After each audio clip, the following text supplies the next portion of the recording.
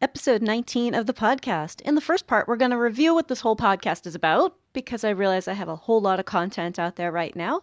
And then we're also, in the second part, I'm going to give you a couple of examples of dogs that I'm working with. This is the Creating Great Grooming Dogs podcast. I'm Chrissy Newmeyer Smith. I'm a certified professional groomer, a certified behavior consultant for canines, and a certified professional dog trainer. And this, my friends and colleagues, is the podcast where grooming and training meet.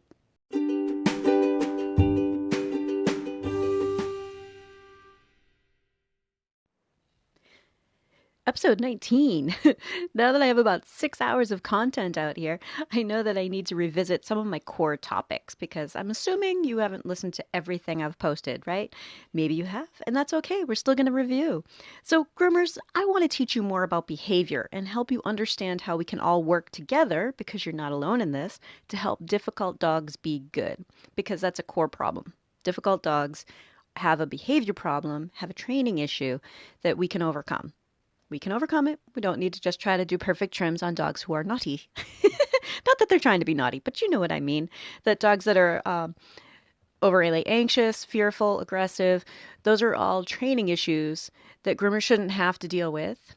And if we are dealing with them, we need to be doing it in a way that is working on their behavior and not working on pretty trims. Trainers, I want to teach you about the specific needs in the grooming process, because how can we be more effective with our training if we don't understand what the goal is? We need to take a greater look at what groomers need from a dog. So as a parallel to that, I'm going to say I wouldn't take on teaching nose work because I don't really understand how nose work works. Like teaching dogs to alert to sense isn't something I know much about. I would have to learn about that before I tried to teach it. So before you try teaching a dog about being good for grooming, you kind of need to know more about the grooming process. And that's fine. I would love for you to know more about the grooming process. I think sometimes groomers and trainers, we kind of forget that other profession complements our profession. We can work together and achieve better dogs for these owners. So it's good for the dogs, it's good for the owners, it makes for safer vet visits.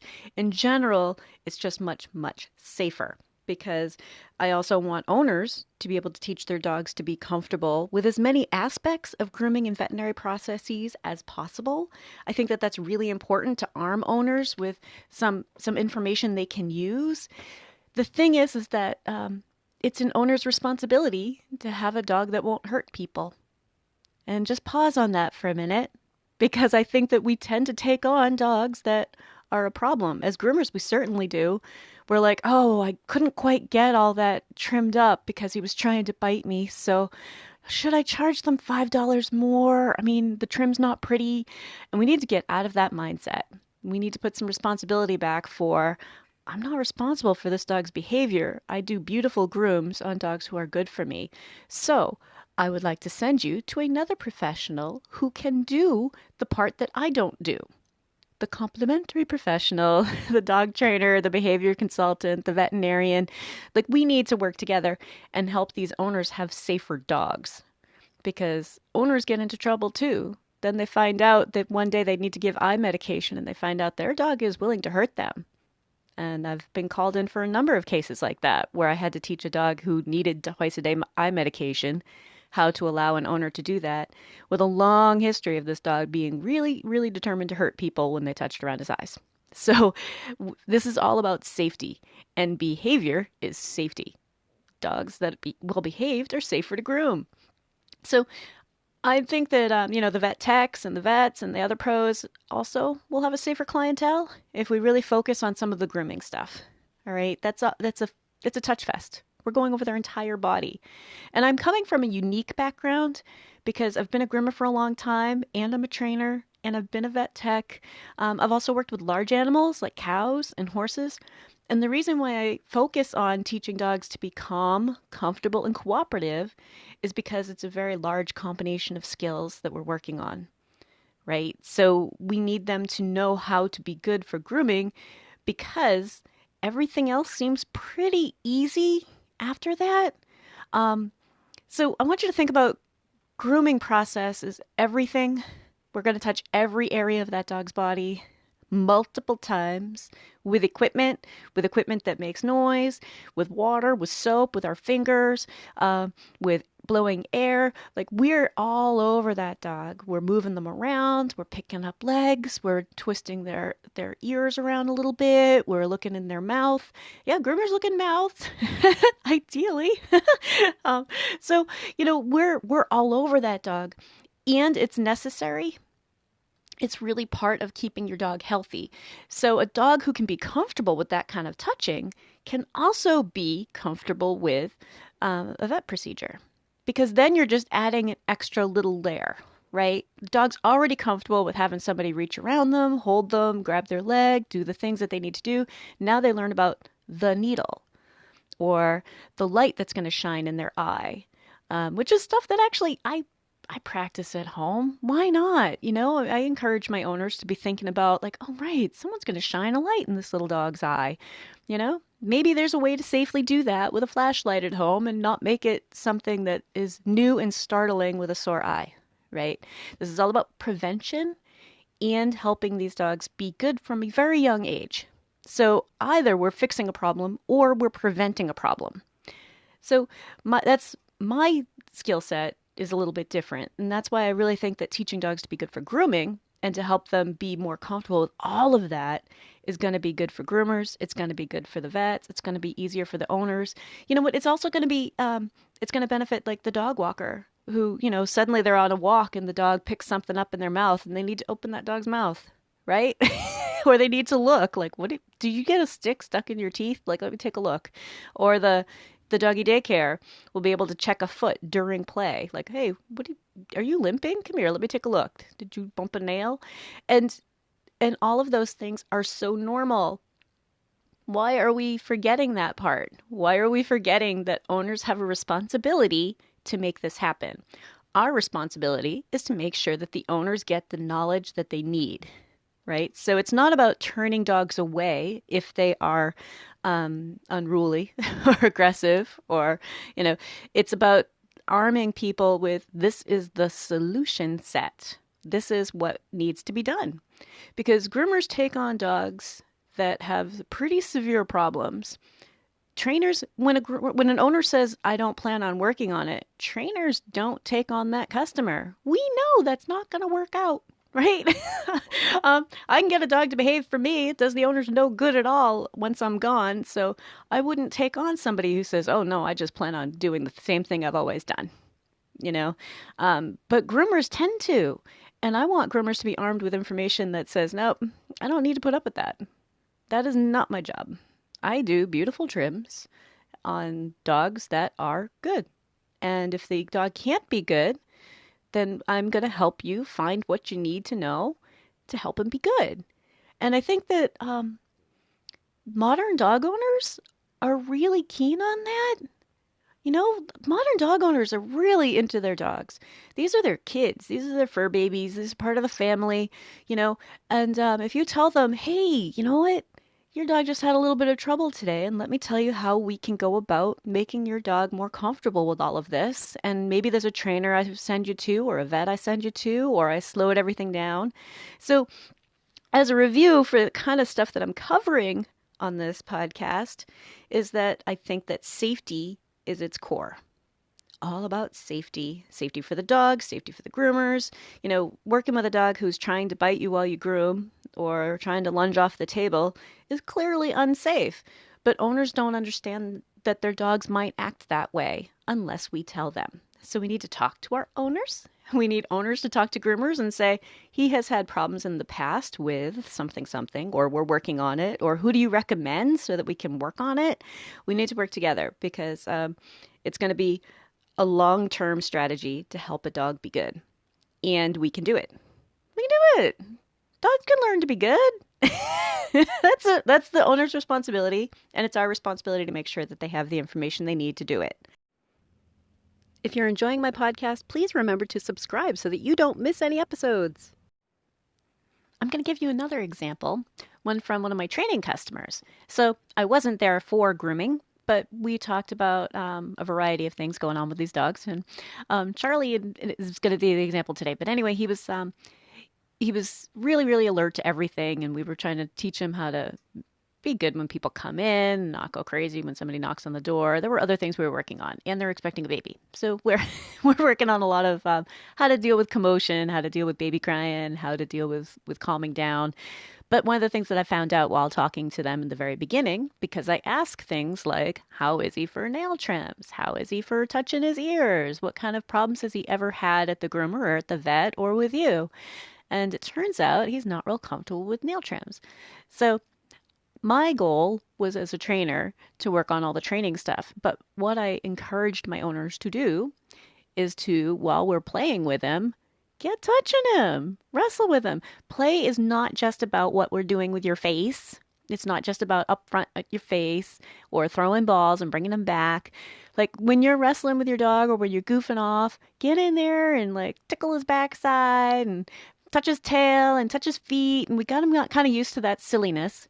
My program's a little different because I go into people's homes. So I'm there playing with the dog too and teaching them how to do this. But I started getting them used to stuff like I wrapped my arms around you as if I were going to pick you up, which is kind of a close hug. A lot of dogs are not comfortable with that, but a close hug, right? I put my arm underneath his back end and boosted up his back feet off the ground and goofing off with him, playing ball, and he started becoming very, very comfortable with that. Like, oh, that's just part of play. We worked on that for, I don't know, a week, and then we tried the nail trim. Right? Sometimes it's not a whole lot of work. It's more like, oh, we should be touching our dogs everywhere and not just about being calm. We need to do both. It needs to be, hey, this is totally fine and I trust you. You guys are my wrestle buddies and it's normal for people to touch me everywhere. And it also needs to be the occasional, oh, and let's calm down and really take a close look. So we worked on it for about a week, along with all the other things we were working on. And then we did the nail trim. So I decided to, because he's comfortable with me, I was going to do the nail trim, and we're on the floor. He's kind of a pity mix, and his owners were giving him cookies. We decided to use classical conditioning, just, yeah, here are some cookies. You eat cookies while I go ahead and do this. I still added reward markers if he did something fantastic, but I held his foot and picked it up, helped him relax, only proceeded with trimming the nail if his foot was still, and we got through all 4 of them. And the owners were like, oh, did you get one of the paws done? I'm like, oh, I just finished the 4th paw. Like, really? Like, yeah, so we just sat there, gave him some more cookies, and sent him on his merry way. So a totally uneventful nail trim. He was entirely comfortable with it. And part of that's because we spent a week touching him all over. It's weird to not, it's weird to be touched all over if you're not used to it. So we got to get him used to it. And we had the time to, right? We didn't need to get it done right now. We had the time to do it, and they had my guidance, and he's perfectly safe. If a dog is unsafe for touching, then that's a customer who needs to go to a trainer of some sort, to actually work on things. But he was pretty comfortable with it, so we just got him used to it, and we did the nail trim. So follow up next week after that, we were working on some of the other things that we're working on. So we had one of their neighbors come over and we worked on like knocking at the door and people coming in and people coming and going and loud sounds and super, super quiet and downstairs while we walked around and holding the blanket and pretending it was a baby that we were passing around. And, we worked on a lot of other stuff. And then because I'm a trainer who's always thinking about the future, we cranked it up to crazy land. So we had the TV blaring and we were pretending to argue over, no, my sport ball team's better than your sport ball team. And so we're goofing off with these arguments. We've got the TV blaring. We're pretending to argue. We've got the baby crying sound on the cell phone to kind of mimic the fact that there could be a baby crying and goofing off.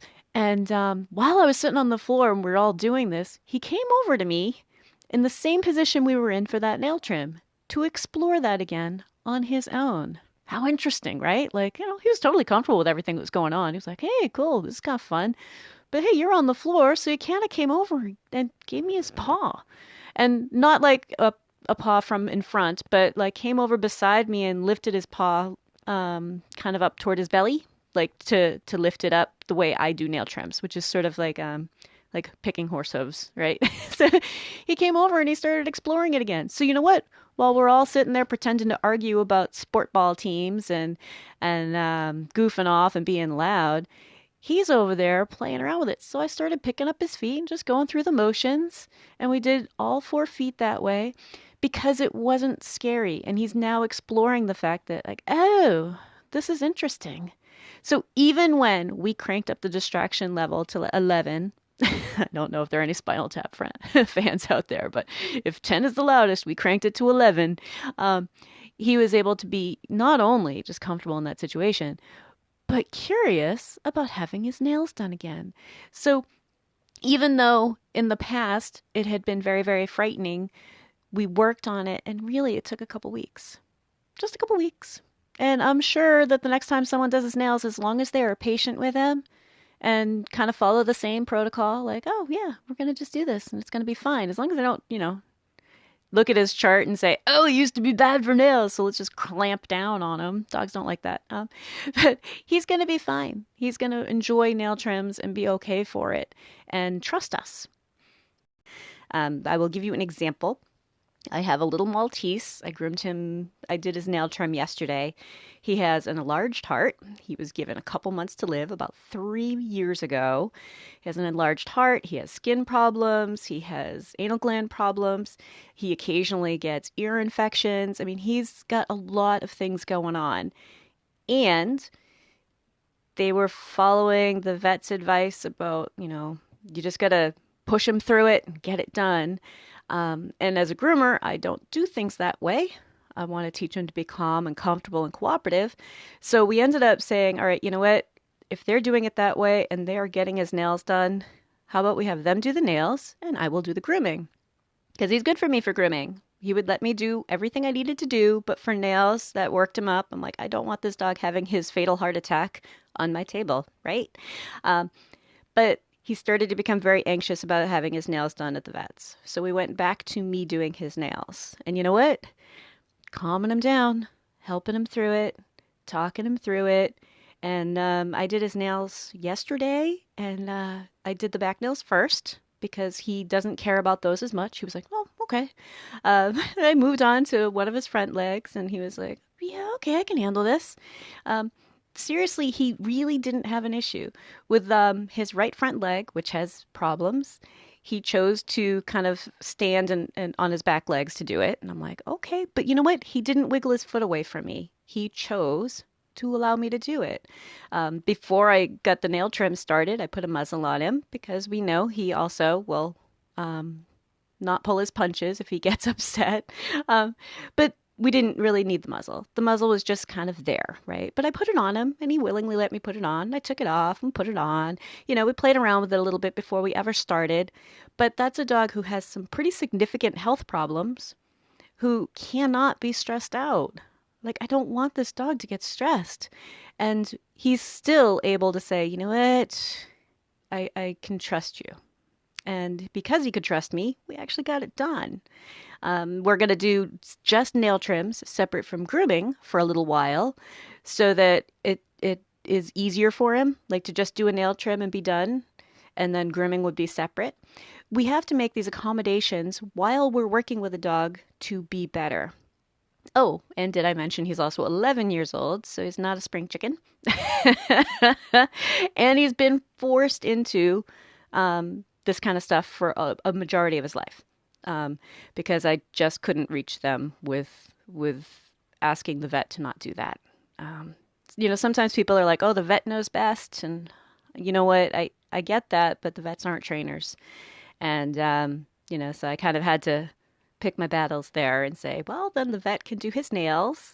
And I will do the part that he's totally comfortable with.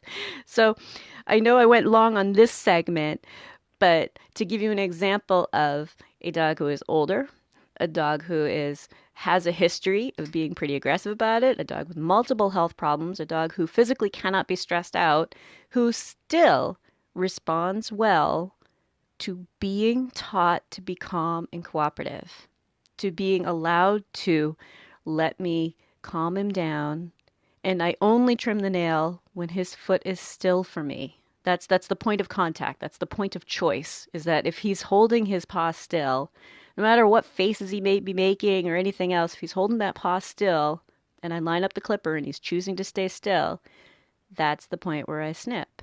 And he has allowed that. So I know, kind of a long story, but I think that most of us wouldn't think that at that age we could still go ahead and just work on it, or that owners would be into it.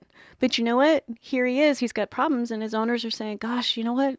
We need him to be done. We can't not do his nails. We How do we work this?" And suddenly the softie, the big softie groomer, suddenly sounds like she's making sense.